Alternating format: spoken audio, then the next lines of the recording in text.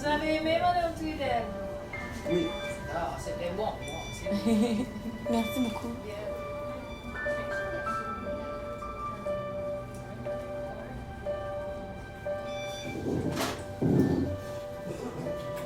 Moi, mon nom, c'est Trudel. Ben, c'est ton nom de jeune fille, Trudel. T'es née Pauline Trudel. Oui. Puis quand tu t'es mariée à grand-papa Yvon Oui. Paré, Oui. fait que ton nom de famille, c'est devenu Paré. Ah, j'ai marié Yvon Paris. Ouais. Puis Yvon, est-ce qu'il vient souvent ici? Non, ben, grand-papa, il est décédé il y a plusieurs années. Ah oui? Ouais. Il est mort jeune. Oui, quand même. Non, de famille, hein?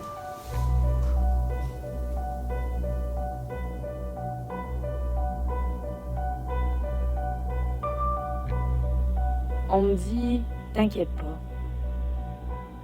On me dit, c'est juste une passe. On me dit, tu vas rencontrer quelqu'un. Quelqu'un de mieux, même. On lui dit, arrête de pleurer. On lui dit, 96 ans, c'est extraordinaire. On lui dit, Oui. Oui, c'est normal d'oublier son propre nom.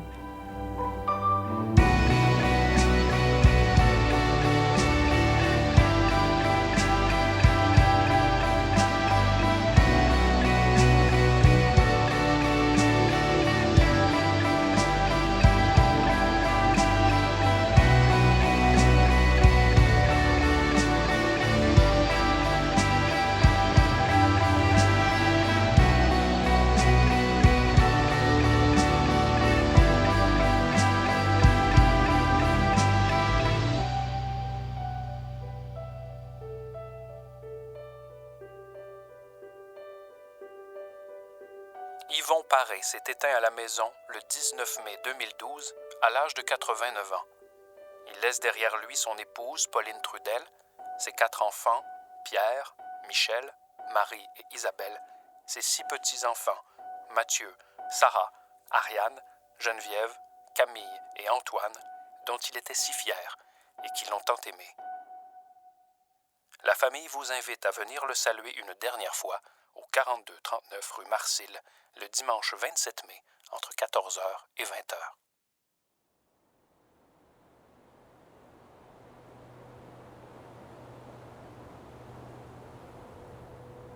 Être seule et heureuse. Existe-t-il une quête plus noble pour une femme? J'ai envie de croire que le célibat n'est pas l'attente de l'amour, que la vieillesse n'est pas l'attente de la mort. En 2012, je me suis retrouvée célibataire. En 2012, toi, Pauline, tu t'es retrouvée veuve. Loin de moi l'envie de comparer nos deuils. Je crois simplement que c'est dans cette solitude que nous nous sommes retrouvés l'une et l'autre. Comment ça va dans ta vie? Ta petite vie à toi, là. Es-tu en amour? Non? Non, je pense pas. J'étais en amour. Oui, Ouais. ça a été. Puis c'était beau? Ben oui, c'était beau. Je pense que c'est tout le temps beau, l'amour, hein? Ouais.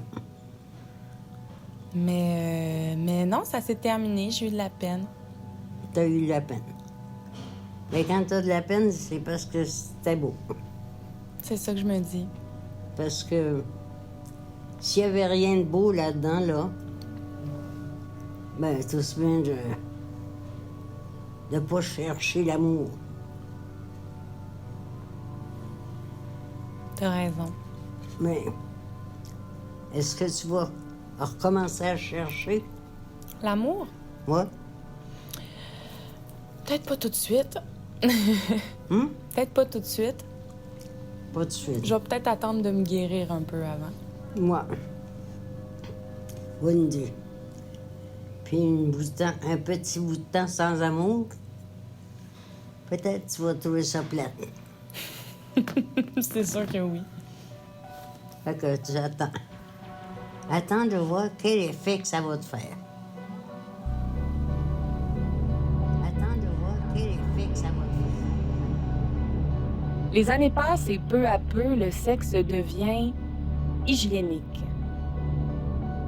C'est tellement facile de coucher avec des gens dont on se suce. J'ai un partenaire rencontré dans un sous-sol d'église, dans un trip à 5. L'étoile du berger envoyée par la poste à mon fouillis d'appartement lumière. Dedans, dehors, dedans, dehors, dedans. Ma peau, un chandail porté à l'envers. Le verre d'eau et la clope post-coïto nous ramènent à la vie et éteignent le feu dans mon motel de chambre, mon truck stop. Une nuit, 3 étoiles et demie. En synchro avec le lever du soleil, nous sommes déjà passés mode. Et tantôt, nous irons bruncher.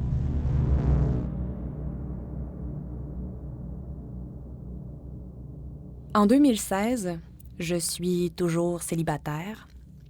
Toi, Pauline, t'es toujours dans l'expérience de ton veuvage. J'emménage à Montréal avec la conviction secrète que dans cette nouvelle ville, je ne serai plus à côté de mes désirs. Grand-maman, ta maison est vendue et tu intègres un appartement dans une résidence privée pour aînés d'Outremont. Il nous apparaît étrange, particulièrement à mon frère Antoine et moi, de faire contenir 90 ans de ta vie dans 3 boîtes de carton et un mini-frigo. Pour toi comme pour moi, ce déracinement est une béquille. Faire table rase afin de garder nos têtes hors de l'eau.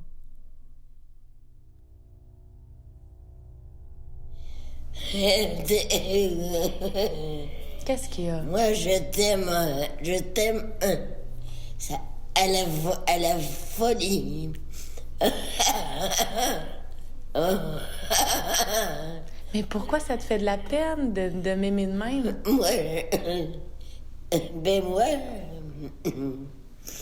Moi, j'ai toujours... comprends pas. Tu comprends pas. Quand j'ai de la peine...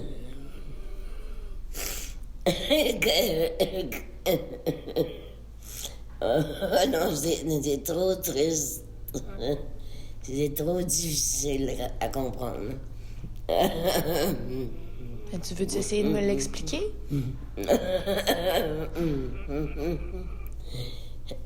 Toi, t'es ma petite fille. Puis...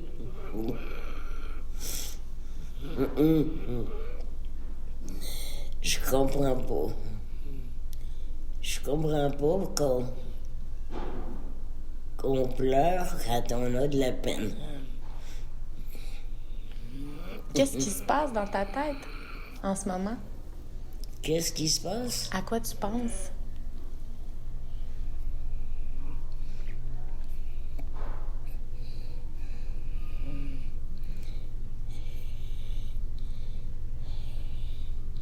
Qu'est-ce qui se passe dans mon cœur?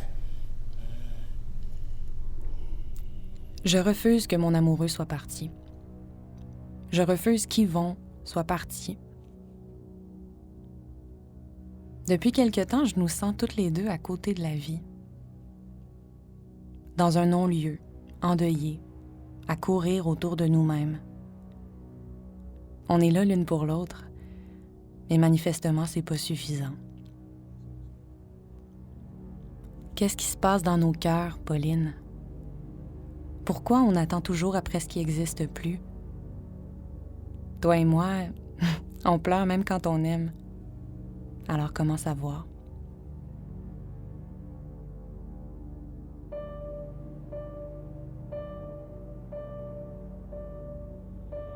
Je laisse mes ongles pousser jusqu'à ta sonnette.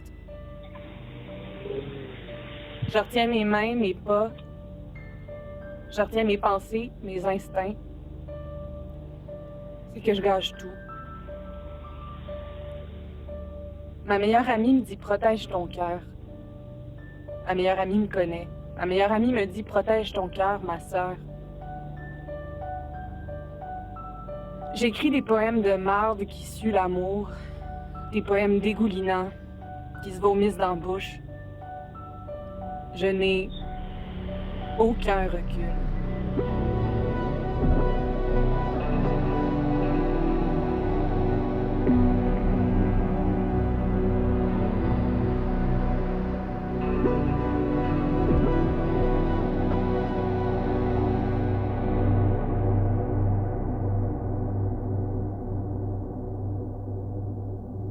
Nous autres, on a commencé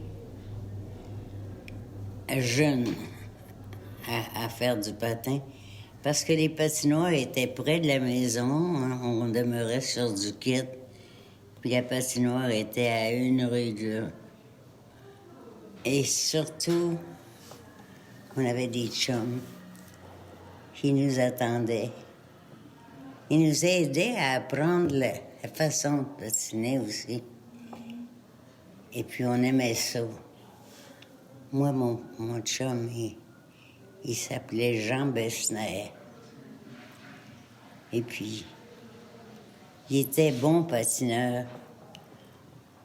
Alors, j'ai aimé ça, de l'apprendre de lui, parce que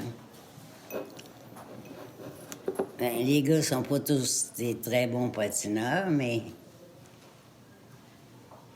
lui, il l'était.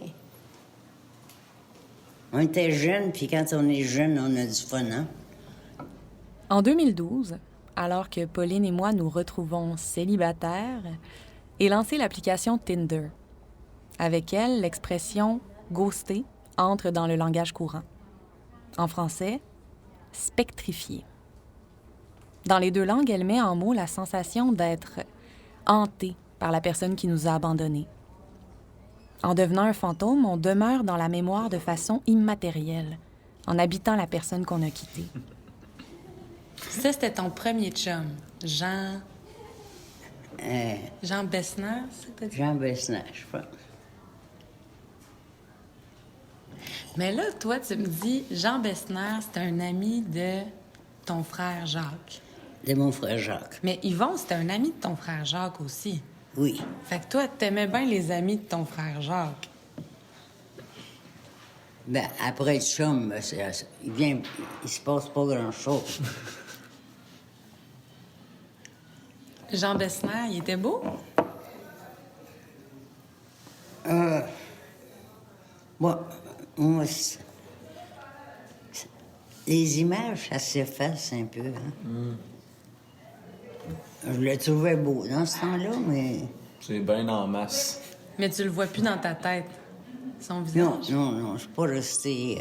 Fait que t'as oublié le visage de ton premier chum, quand même.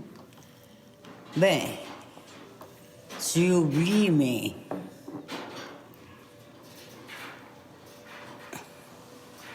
Tu l'oublies, mais il est encore là, dans ta tête. Au Québec, peu importe leur âge, les veuves sont environ 3 fois plus nombreuses que les veufs. En 2016, elles représentaient 72 % de l'état matrimonial des femmes de 85 ans et plus. Parfois, j'ai l'impression d'être en deuil, d'hommes pourtant bien vivants, de m'habituer à les voir disparaître, se cristalliser dans des souvenirs que je croyais appartenir au présent. Yvon était assez bon, mais dans les danses qu'on dansait dans ce temps-là, qui était à la mode, le boogie-woogie, et puis il était assez bon là-dedans. Puis le boogie-woogie, ça ressemble à quoi? On dit, on va te le montrer.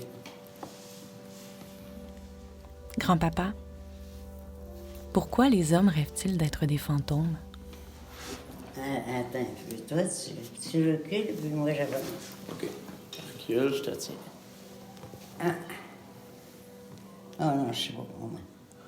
Hey, Hey, mais tu l'as, t'es bonne! Ta-ra. Toi, tu recules, OK. puis moi, j'avance. OK. Si tu perds l'équilibre, je me rapproche.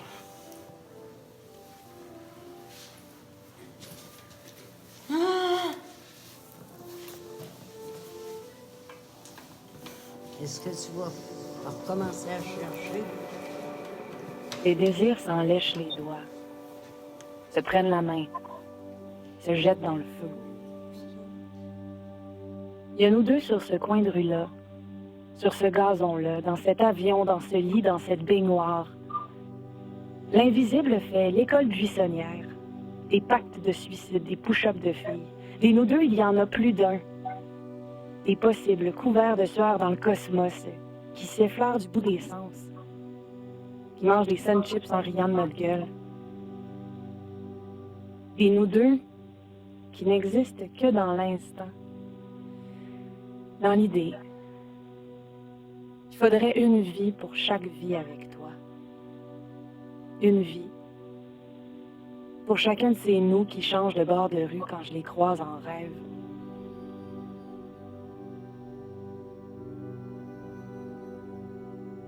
L'attente est une non-existence, une forme de léthargie qui nous plonge soit dans la remémoration de ce qui a été, soit dans l'espoir de ce qui sera. En bref, on n'est pas vraiment là. L'attente, dans mon cas, m'emprisonne dans le souvenir, dans ce qui aurait pu être. En imaginant un futur à l'image de ce que j'ai connu, je finis par être jamais vraiment dans l'expérience de ce qui m'arrive, à la poursuite du passé et de ces moments d'érotisme révolu. Hey, mais je me demandais, grand-maman, est-ce que tu penses que je pourrais t'enregistrer? Ben, je me disais à un moment donné que j'aimerais ça que tu me racontes des histoires sur ton enfance, sur ton mariage. J'aimerais ça garder ça. J'aimerais ça t'enregistrer. Oui. Ça te dérangerait pas? Non. J'aimerais ça. Ça me ferait plaisir Ouais. de t'expliquer un peu ma vie à partir de ce moment-là. À partir du moment où tu deviens grand-mère. Et puis, j'ai des belles choses à dire. Oui. Ça Tu me racontes fait bien. être grand-mère. Et puis, ça me ferait plaisir de te raconter. Ah, génial. Je suis contente d'entendre ça. J'ai envie de qualifier ce projet d'Uchronie documentaire. J'essaie d'y trouver non pas le point de rupture, mais celui de jonction. Comme si, dans un espace imaginaire où il n'y aurait que toi et moi, grand-maman, on ne se dirigerait pas vers le tort, mais plutôt vers le vrai. Vers un non-temps connu de nous deux, où nous pourrions alors nous rencontrer dans une parfaite synchronicité, étrangère au passage du temps sur nos corps. Pauline, est-ce que ça existe, des âmes sœurs anachroniques?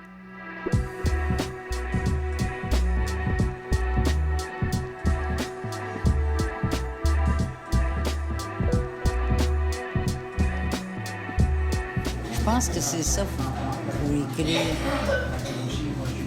sur des gens gentils. Il faut y mettre l'amour qu'on a pour elle. Ouais. Puis l'amour pour une grand-mère, ben, c'est toujours un deuxième dans...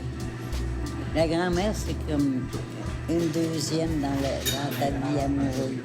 Ouais. Puis c'est important. Puis moi, je vous aime beaucoup.